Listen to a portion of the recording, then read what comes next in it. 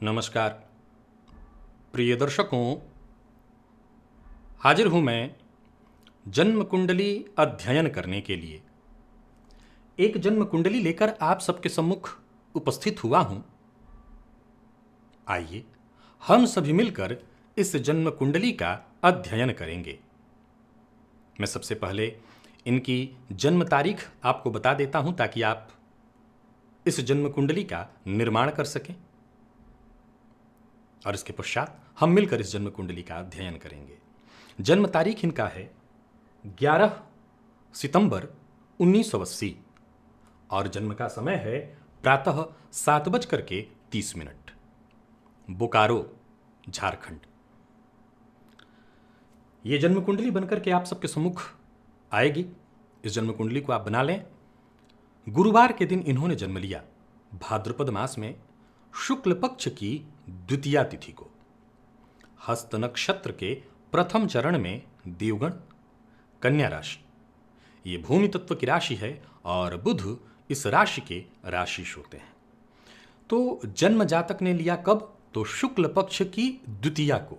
लेकिन शुक्ल पक्ष की द्वितीया को चंद्रमा पक्ष बल से बेहद कमजोर होते हैं, क्योंकि कृष्ण पक्ष अभी बीता, इसके बाद शुक्ल पक्ष प्रारंभ हुआ। तो अमावस्या के 2 दिन जाते चंद्रमा पक्ष बल से बेहद कमजोर, और अंश बल से कितने भी बलवान हो परंतु पक्ष बल से बली चंद्रमा कमजोर हो तो चंद्रमा का प्रभाव कमजोर ही जातक को मिलेगा, मन पर उसका असर पड़ेगा। आइए अब जन्म कुंडली की ओर चलते हैं। कन्या लग्न की कुंडली लग्न में ही आप देखेंगे शनिदेव बैठे हैं, बुध बैठे हैं, चंद्रमा बैठे हैं। लग्न का मान देखिए 21 अंश 13 कला, और लग्न में 3 ग्रह शनिदेव, बुध, चंद्रमा, कन्या राशि। वर्तमान गोचर की स्थिति को देखें तो चंद्रमा से शनि इस समय पंचमस्त चल रहे हैं, यानी इनकी कन्या राशि से शनि पंचमस्त है।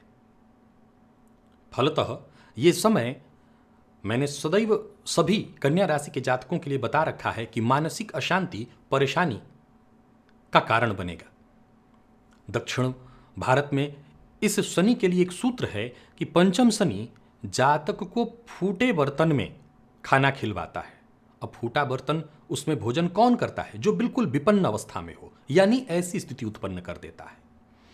अब देखा जाए तो लग्नेश का लग्न में ही बैठना निसंदेह भद्र महापुरुष योग का यहां निर्माण हुआ। अब देखें 8 अंश 5 कला हस्त नक्षत्र में बुध बैठे हैं। चंद्रमा का ये नक्षत्र है और चंद्रमा भी यहीं पर बैठे हैं स्वनक्षत्र 13 अंश 10 कला। अंश देखा आपने, बेहद मजबूत। षडबल में इनका चंद्रमा सबसे कमजोर है, उसको पक्ष का बल नहीं मिल पा रहा है। अब दिन का भी बल उसको नहीं मिल पा रहा है। देखा जाए तो रात्रि में चंद्रमा बली होता है और इनका जन्म दिन में प्रातःकाल हुआ है 7:30 पर। एक और सूत्र मैंने कुछ दिन पूर्व ही आपको बताया था कि जन्म कुंडली में शनिदेव अगर कन्या राशि में, वृषभ अथवा मकर राशि में हो तो भले मकर में उनकी खुद की वो राशि है और शश महापुरुष योग का निर्माण वो करते हैं, लेकिन इन 3 राशियों में शनि है तो समझ लीजिए कि आपका पूर्वजन्म भी दाम्पत्य गृहस्थ के मामले में उदासीन बीता है और इस जन्म में भी कहीं ना कहीं एक सब कुछ होकर के भी एक शून्यता सी रहेगी, कमी तो रहेगी ही रहेगी।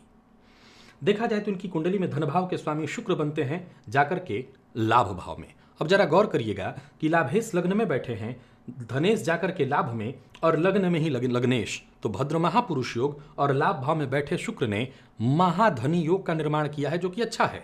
यहाँ राहु के होने से दाम्पत्य में परेशानी हो सकती है, लेकिन लाभ में नहीं। कल ही मैंने ज्योतिष जिज्ञासा में इस बात का जिक्र किया था कि हो सकता है संतान में, इनकी शिक्षा में, इनके मन के अशांत होने में इसका प्रभाव हो, लेकिन लाभ के दृष्टिकोण से ठीक है। तो वहीं सूर्य और गुरु की युति कुंडली के 12वें भाव में जाकर के बैठना, गुरु इस कुंडली में सप्तम पति बनकर के जाकर के 12वें भाव में बैठे हैं, तो ये दाम्पत्य के लिए ठीक नहीं है। हाँ, 12वें भाव के स्वामी के साथ बैठे हैं तो ये बहुत बड़ा प्लस पॉइंट है। ऐसा जातक अगर आध्यात्म की ओर जाए तो ये आध्यात्मिक उन्नति के दृष्टिकोण से अच्छा है।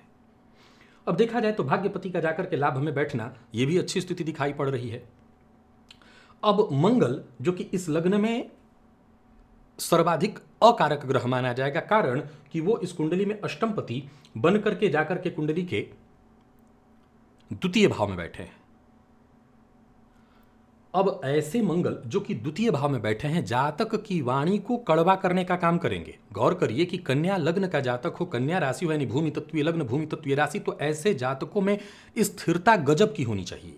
और कन्या लग्न के लिए मैं सदैव कहा करता हूं कि इस लग्न के पुरुष या स्त्रियां हो तो कहना ही नहीं, अत्यंत श्रेष्ठ पुरुष भी, उनके अंदर स्त्रियोचित कोमलता वाला गुण आ जाता है। इनका लग्न और राशि दोनों कन्या बहुत बढ़िया, परंतु वाणी भाव में मंगल का होना और कन्या लग्न के जातकों में एक छोटी सी कमी पाई जाती है, बहुत ज़्यादा द्विअर्थी बोलते हैं, व्यंग्यात्मक भी कई बार बोल बैठते हैं, जिससे लोग इनकी भावनाओं को न समझ पाने के कारण गलत अर्थ उसका निकालते हैं और इनके शत्रु बन जाते हैं।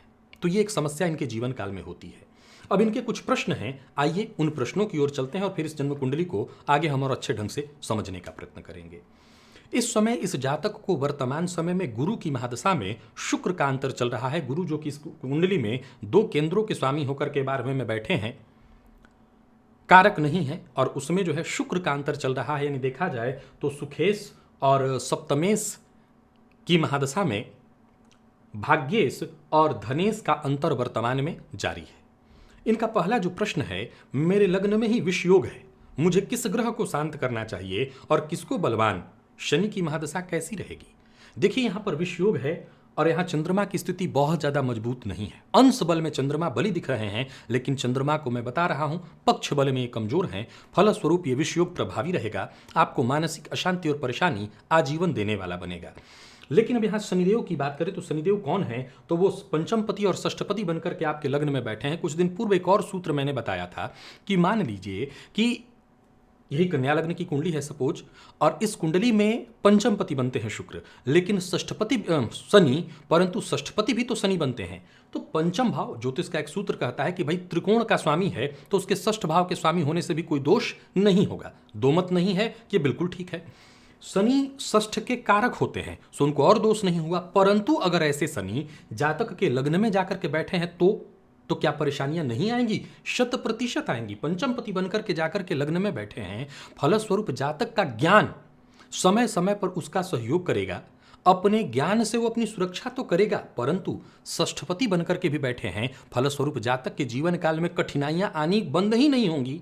पहले तो शनिदेव का लग्न में होना हर कार्य को विलंबित करेगा, और ऊपर से शनिदेव लग्न में है तो रोग रिपुऋण का सदैव उसके जीवन पर आक्रमण होता ही रहेगा। तो यहाँ ये परेशानी भी शनिदेव खड़ा करेंगे। अब आपने मुझसे पूछा कि शनिदेव की महादशा आपके लिए कैसी जाएगी? शनिदेव को इस लग्न में कारक माना गया है, फलतः आपके लिए ठीक ही होगी। अब यहाँ ये देखिए कि पंचमपति बन करके षष्ठपति बन करके जाकर के बैठे हैं कहां पर? तो लग्न में। तो निसंदेह जब इनकी महादशा आएगी तो प्रारंभिक जो लगभग 19 साल की इनकी महादशा जो होती है, तो लगभग 9.5 साल, तो 9.5 साल आपके पंचम भाव का वो फल देंगे। ठीक ही है, चिंता की कोई आवश्यकता नहीं। लेकिन वर्तमान में जो गोचर से शनि चल रहे हैं वो आपके लिए ठीक नहीं है। मानसिक अशांति और परेशानी और शनि चंद्रमा का संबंध, हाँ, यहां देखा जाए तो 5 अंश पर शनि और चंद्रमा 13 अंश पर दूरी है, तो विष योग से ज्यादा प्रभाव आपके चंद्रमा के कमजोर होने के कारण बन रहा है। यहां पर विष योग की शांति की से जगह आप सबसे पहला तो काम ये करिए कि शिव जी की आराधना शुरू करिए, पूर्णिमा का व्रत करिए, प्रत्येक माह की पूर्णिमा को उपवास रहिए दिन भर, सायंकाल चंद्रमा को दुग्ध से अर्घ दीजिए, चंद्रमा के बीज मंत्र का जप करिए, शिव जी के ऊपर सोमवार के सोमवार दूध चढ़ाइए। इससे आपके चंद्रमा ठीक होंगे, और चंद्रमा ठीक होंगे तो यहाँ ज़्यादा विषयोग से चिंता नहीं है, क्योंकि ये शनि अगर आप देखें चलित में तो प्रभाव 12वें का दे रहे हैं, तो हमें शनि से ज़्यादा डर नहीं है। डर यहाँ चंद्रमा के कमजोर होने से है, इसको आपको ठीक करना है। आगे आपने पूछा है खुद के घर होने का योग कब बन रहा है? तो देखा जाए तो क्या मैं खुद के नाम पर संपत्ति ले सकता हूं?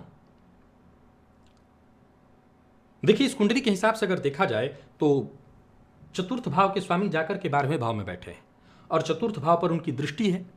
तो ज्योतिषीय दृष्टिकोण से अगर आप देखें तो इस सूत्र के बारे में आपने सदैव मेरे मुंह से सुना होगा, औरों से सुनते आए होंगे कि चतुर्थपति 12वें में, षष्ठ, अष्ट, द्वादश में हो तो ऐसे जातकों को खुद की संपत्ति होने में काफी तकलीफ आती है, काफी दिक्कत आती है। लेकिन एक और सूत्र तो लागू हो रहा है कि यो यो भाव स्वामी दृष्टो यो, तो वह अपने ही भाव को देख रहा ग्रह क्या उस भाव से संबंधित सुखों को नहीं देगा? तो यहां मैं आपके लिए क्लियर कर दूं कि बिल्कुल देवगुरु की दृष्टि है चतुर्थ पर, और देवगुरु की दृष्टि ही सब कुछ है। सो भूमि भवन वाहन का सुख आपको अवश्य होगा और अपना होगा। कब तक होगा? तो गुरु में शुक्र यानी सुखेश की महादशा में भाग्येश का अंतर, अगर आप धन से सक्षम है, जो कि इस कुंडली में योग तो है, तो आप जरूर अपना घर बना सकते हैं। हाँ, शनि लग्न में होने के कारण चीजें थोड़ी विलंबित हैं आपके जीवन काल में, और अभी तो राशि से शनि पंचमस्त भी चल रहे हैं, तो थोड़ा मानसिक अशांति परेशानी हो रही होगी। आप 22 के लास्ट और 23 में पूरी तरह से प्रयत्न करिए खुद के स्वभवन निर्माण। अब अगर आप चाहते हैं कि माता पिता, पत्नी, बच्चे के नाम पर लेना तो भी ले सकते हैं, वैसे मुझे कोई दिक्कत नहीं दिखाई पड़ती। गुरु 12वें में होकर के भी गुरु अपने घर को देख रहे हैं, सो आप खुद के नाम पर भी ले सकते हैं। मेरी माता जी बहुत तकलीफ में रहती हैं, मेरी पत्नी मां को देखना पसंद नहीं करती, ऐसा क्यों? देखिए, माता क्यों तकलीफ में रहती है इसका जवाब तो है क्योंकि मां के घर का मालिक 12वें में बैठा है और मां का कारक बिल्कुल पक्षबल में कमजोर पड़ा हुआ है। पत्नी भाव का मालिक जाकर के 12वें भाव में, और पत्नी भाव का जो कारक है वो दाम्पत्य का कारक राहु के साथ बैठा है। देखिए, अब यहां पर दो बातें आपको कहना चाहता हूं। यह प्रश्न प्रायः युवाओं के मन में उत्पन्न होता होगा, लोगों के मन में होता हो, लोगों के मन में होता है, हर किसी के घर में ऐसा हो, लेकिन लोगों के मन में उत्पन्न ऐसा होता है कि फलाने के घर में देखो कैसा बर्ताव किया जा रहा है, बूढ़ी माता पिता के साथ लोग कैसा बर्ताव कर रहे हैं। देखिए, ऐसा क्यों होता है, इसके लिए किसको दोष दें नहीं समझ सकता मैं। अभी तो आपकी कुंडली में परिस्थिति ही ऐसी बनी हुई है कि आपकी कुंडली में मां को कष्ट देखना लिखा है, तो मां यहां पर कारण, पत्नी तो कारण बन गई, पत्नी कारण बन गई, मां को कष्ट देखना लिखा है। लेकिन बात ये नहीं है, बात ये मान्य नहीं होगा क्योंकि समाज ये बात थोड़ी मानेगा। कारण तो सिर्फ आप हो सकते हैं। हां, अगर इसमें कहीं कोई दिक्कत है, आप दोनों के बीच सामंजस्य नहीं बैठा पा रहे हैं, तो कारण सिर्फ आप ही हैं। मां आपकी, पत्नी आपकी, आप कहां हैं? बीच में। मां आपकी, पत्नी आपकी। अब ये वाला हिस्सा इसको कष्ट दे या ये वाला हिस्सा इसको कष्ट दे, इसमें बीच में कौन है? आप। तो ये वाला हिस्सा इसको कष्ट दे पा रहा है क्योंकि बीच वाला बंदा कुछ नहीं कर रहा है, तो बीच में आप हैं। आध्यात्मिक दृष्टिकोण से आपकी मां का प्रारब्ध ऐसा है, भोग बाकी है, वो कारण बन रही है पत्नी आपकी। पत्नी कारण है और इससे ज्यादा कुछ नहीं, यह आध्यात्मिक दृष्टिकोण। और सांसारिक दृष्टिकोण से आप कारण है, आपके कारण ये सब हो रहा है क्योंकि आप बीच में खड़े हैं, आप संभाल नहीं पा रहे हैं। आप संभालें, दिक्कत नहीं है। ये जो लग्न है, कन्या लग्न है, इसमें थोड़ी सी परेशानी। ये स्त्रियोचित मैंने जो स्वभाव कहा है, ये स्थिर होकर के, कड़ा होकर के निर्णय लेना। कई बार अपने घर को सुरक्षित करने के लिए, शरीर के घाव को ठीक करने के लिए हम डॉक्टर से नस्तर चलवा लेते हैं, छुरा चलवा देते हैं उस पर। किस लिए? ताकि शरीर पूरा बचा रहे। तो कई बार कठोर, कई बार कड़े, दोनों पक्षों से, केवल एक पक्ष से नहीं। एक पक्ष में जाएंगे तब भी मार खाएंगे। तो जब आप बीच में हैं तो आपका काम ही है बैलेंस करना, और आपका लग्न ही है बैलेंस करने वाला। आप हर तरह की परिस्थिति को मैनेज करने के लिए पैदा लिए हैं, तो मैनेज कीजिए। तो इसमें अगर कहीं कोई कमी है तो आपकी। दुख देखना आपको भी लिखा है क्योंकि वर्तमान में मानसिक अशांति और परेशानी का समय चल रहा है, दुख देख रहे हैं। ये सब लोग कारण बन रहे हैं, चाहे वो पत्नी हो, मां हो, सब कारण बन रहे हैं। सभी के कारण बनने में आप प्रबल कारण है। ठीक करिए। बचपन में मेरा डिप्रेशन का इलाज चला, आज से 25 साल पहले।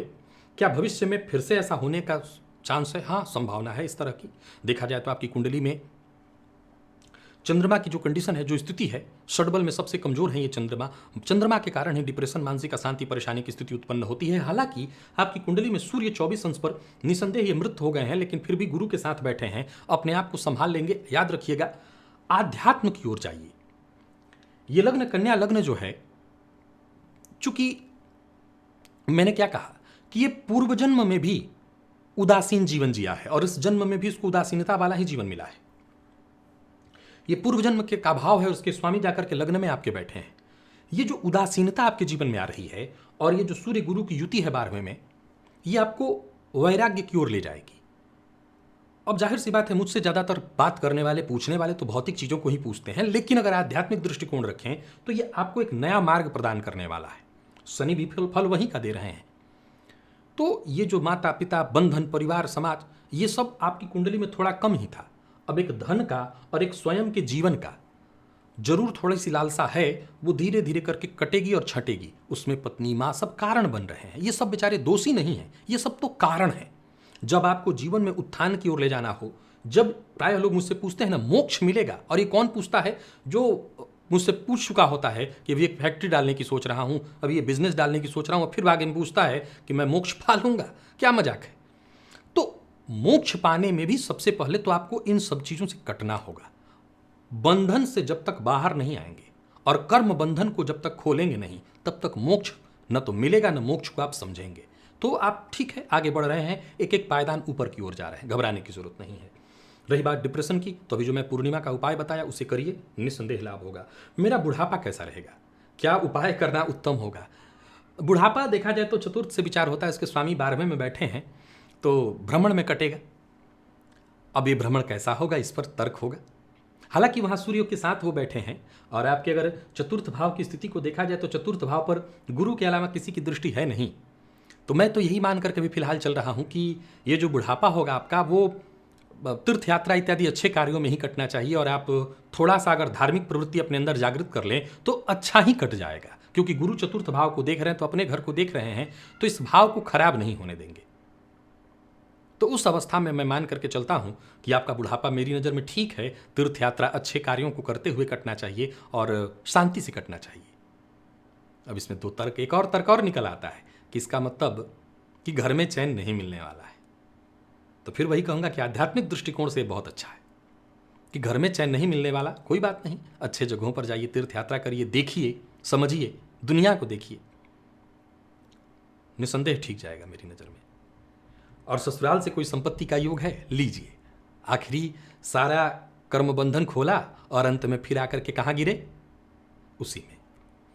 कुंडली का ये जो अष्टम भाव है, यह है पत्नी, पत्नी का कुटुंब, पत्नी का धन, यानी पत्नी के पिता का धन, या यूं कहे कि पत्नी का घर जो पैतृक संपत्ति है वो, उसके स्वामी मंगल जाकर के द्वितीय में बैठकर के इस भाव को देख रहे हैं। इस भाव पर अगर देखा जाए तो पापक ग्रह के रूप में किसी की दृष्टि अगर नहीं है, मंगल स्वयं अपने घर को देख रहे हैं, तो इस भाव को खराब नहीं करेंगे।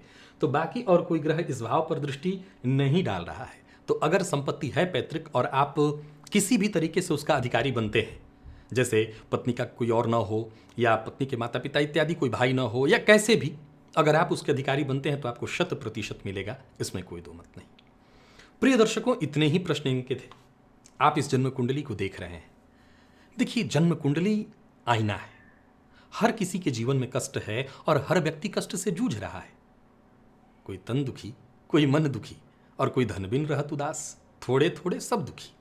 अब इनकी कुंडली में महाधनी योग है, पैतृक संपत्ति के रूप में ससुराल से भी मिल सकता है, इनको योग है प्रबल, लेकिन दुख तो इनको रहेगा, सामने है। अभी अपने घर में माँ को परेशान होते देख रहे हैं, खुद भी मानसिक रूप से डिप्रेशन, तो दुख कष्ट है।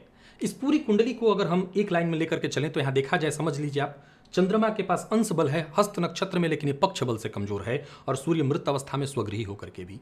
तो ये दो बड़े पॉइंट हैं इस कुंडली में जो कमजोरी का कारण बन रहे हैं।